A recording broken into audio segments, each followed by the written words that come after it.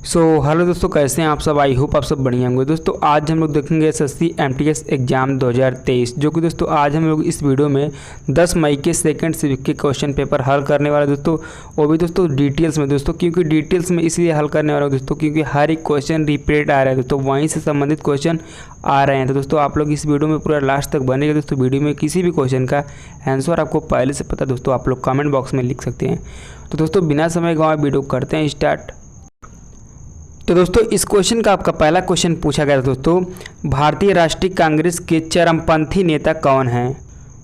तो दोस्तों प्रमुख चरमपंथी गरम दल के नेता आपके हैं बाल गंगाधर तिलक, लाला लाजपत राय, बिपिन चंद्र पाल, चिदम्बरम पिल्लई, सीबी राघवाचार्य, अश्विन कुमार, दत्ता टी प्रकाशन।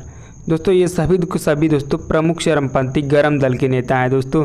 और दोस्तों यहीं आपकी बात करें नरम दल के, यानी दोस्तों प्रमुख उदारवादी नेता दोस्तों गोपाल कृष्ण गोखले, आनंद मोहन बोस, आरसी दत्त रहीम, तुल्ला एवं सयानी, केटी तेलंग, दादा भाई नौरोजी, एवो हुम, बदरुद्दीन तैयब जी थे दोस्तों। तो दोस्तों ये सभी को आपको ध्यान में रखना दोस्तों, क्योंकि पिछले शिफ्ट में दोस्तों आपके बहुत ही रिपीटेड क्वेश्चन मिला था दोस्तों। चलिए दोस्तों अगला क्वेश्चन आपका पूछा गया दोस्तों, कौन सा शास्त्रीय नृत्य नाटिका है। तो दोस्तों ये आपका है कथकली, जो कि दोस्तों ये केरल का है। चलिए दोस्तों अगला क्वेश्चन आपका पूछा गया दोस्तों, बौद्ध धर्म से संबंधित टर्म कौन सा है। तो दोस्तों बौद्ध धर्म से संबंधित टर्म आपका है स्तूप। दोस्तों बौद्ध धर्म में 5 तरह के स्तूप का निर्माण हुआ है। पहला आपका है शारीरिक स्तूप, दूसरा आपका है परिभोगिका स्तूप, तीसरा आपका है उद्देशिका स्तूप, चौथा आपका है प्रतीकात्मक स्तूप और पांचवा आपका है मनौती स्तूप। चलिए दोस्तों अगला क्वेश्चन आपका पूछा गया दोस्तों, संथाल जनजाति भारतीय आदिवासी समूह किस क्षेत्र से संबंध रखते हैं। तो दोस्तों पूर्वी क्षेत्र में दोस्तों झारखंड, पश्चिम बंगाल, उड़ीसा, बिहार और दोस्तों असम, दोस्तों इतने क्षेत्र में आपके संथाल जनजाति आपका संबंध रखते हैं दोस्तों। यही बात करते हैं दोस्तों मुंडा जातीय समूह की एक प्रमुख जनजातियां हैं। चलिए अगला क्वेश्चन आपका पूछा गया दोस्तों, हर साल मार्च के महीने में चापचर कूट त्यौहार किस राज्य में मनाया जाता है।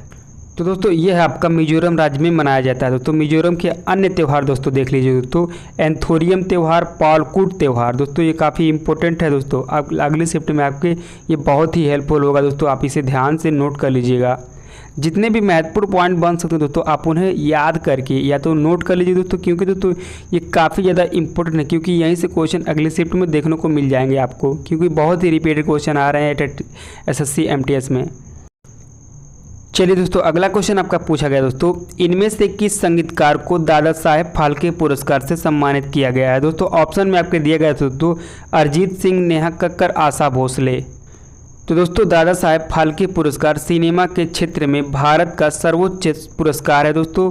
1969 में इस पुरस्कार की पहली प्राप्तकर्ता देविका रानी सोरिक थी। पुरस्कार में एक स्वर्ण कमल, गोल्डन लोटस पदक, एक शॉल और 10 लाख का नगद पुरस्कार शामिल है। तो दोस्तों 32वां संस्करण सन 2000 में दोस्तों आशा भोसले को मिला था। चलिए दोस्तों अगला क्वेश्चन आपका पूछा गया दोस्तों, द इनहेरिटेंस ऑफ लॉस पुस्तक के लेखक कौन हैं। तो दोस्तों इस पुस्तक के लेखक आपके किरण देसाई हैं दोस्तों। 2006 बुकर पुरस्कार इनहेरिटेंस ऑफ लॉस, जो कि दोस्तों एक उपन्यास है। चलिए दोस्तों अगला क्वेश्चन आपका पूछा गया दोस्तों, श्रीमंत शंकर देव ने किस शास्त्रीय नृत्य को पुनः जागृत किया था। तो दोस्तों सत्रिय नृत्य शैली को श्रीमंत शंकर देव द्वारा 15वीं शताब्दी ईस्वी में प्रस्तुत किया गया था। सत्रिय नृत्य भारत के 8 शास्त्रीय नृत्य रूपों में से एक है। इसे ईस्वी 2000 में संगीत नाटक अकादमी द्वारा शास्त्रीय नृत्य रूप में मान्यता दी गई थी दोस्तों। प्रमुख कलाकार दोस्तों हैं इसके कृष्णा अय्यर, रुक्मणी देवी, अरुणेल। चलिए अगला क्वेश्चन आपका पूछा गया दोस्तों, मौलिक अधिकार किस अनुच्छेद में वर्णित है। तो दोस्तों मौलिक अधिकार भारत के संविधान के भाग 3 अनुच्छेद 12 से लेकर 35 तक वर्णित है। भाग 3 को भारत का मैग्ना कार्टा की संज्ञा भी दी जाती है दोस्तों। ये भी क्वेश्चन कई बार पूछा जाता है दोस्तों। मौलिक कर्तव्य दोस्तों रूस के संविधान से लिया गया है, तो दोस्तों ये भी आपको ध्यान में रखना है। चलिए दोस्तों अगला क्वेश्चन आपका पूछा गया था दोस्तों, नीरज चोपड़ा ने टोक्यो ओलंपिक 2020 में कितने मीटर भाला फेंक कर स्वर्ण पदक जीता था।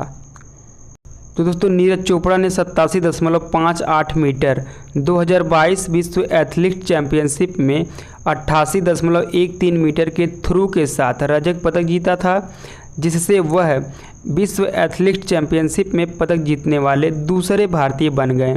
हरियाणा राज्य के पानीपत जिले में रहने वाले हैं।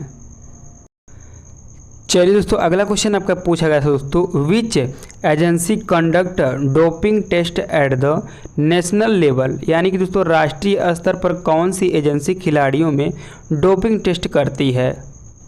तो दोस्तों the national anti doping agency यानी कि दोस्तों नाडा स्थापना दोस्तों इसकी हुई थी 24 नवंबर 2005 को। डोपिंग पर नियंत्रण करने वाले अंतर्राष्ट्रीय संस्था कौन सी है, तो दोस्तों ये आपके है वाडा। चलिए दोस्तों अगला क्वेश्चन पूछा गया दोस्तों, ये क्वेश्चन काफ़ी इजी है दोस्तों, कथकली किस राज्य का शास्त्रीय नृत्य है।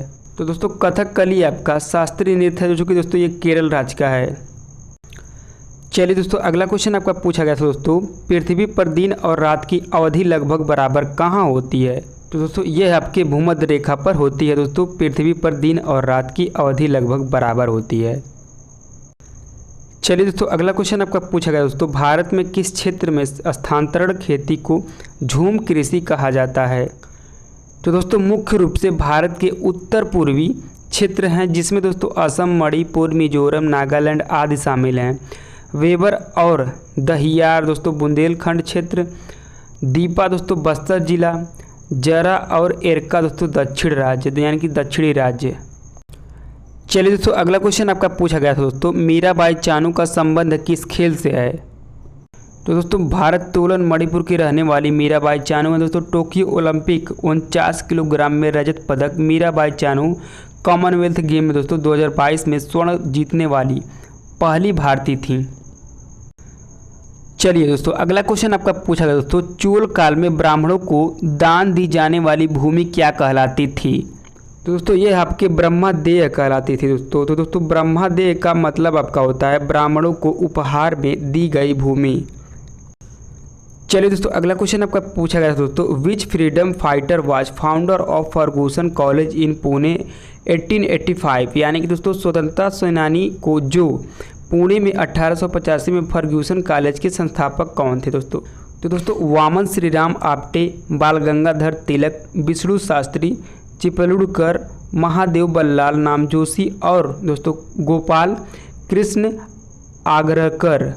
वहीं दोस्तों प्रथम प्रिंसिपल दोस्तों वामन श्रीराम आप्टे ही थे। चलिए अगला क्वेश्चन आपका पूछा गया था दोस्तों, लेंस की क्षमता किस इकाई में मापी जाती है।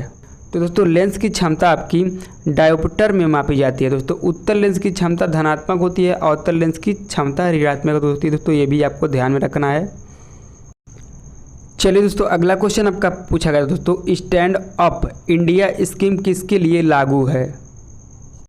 तो दोस्तों इस योजना के तहत 10 लाख से लेकर 1 करोड़ तक का लोन दिया जाता है। यह लोन दोस्तों अनुसूचित जाति, अनुसूचित जनजाति, पिछड़ा वर्ग और महिला कारोबारी को मिलता है।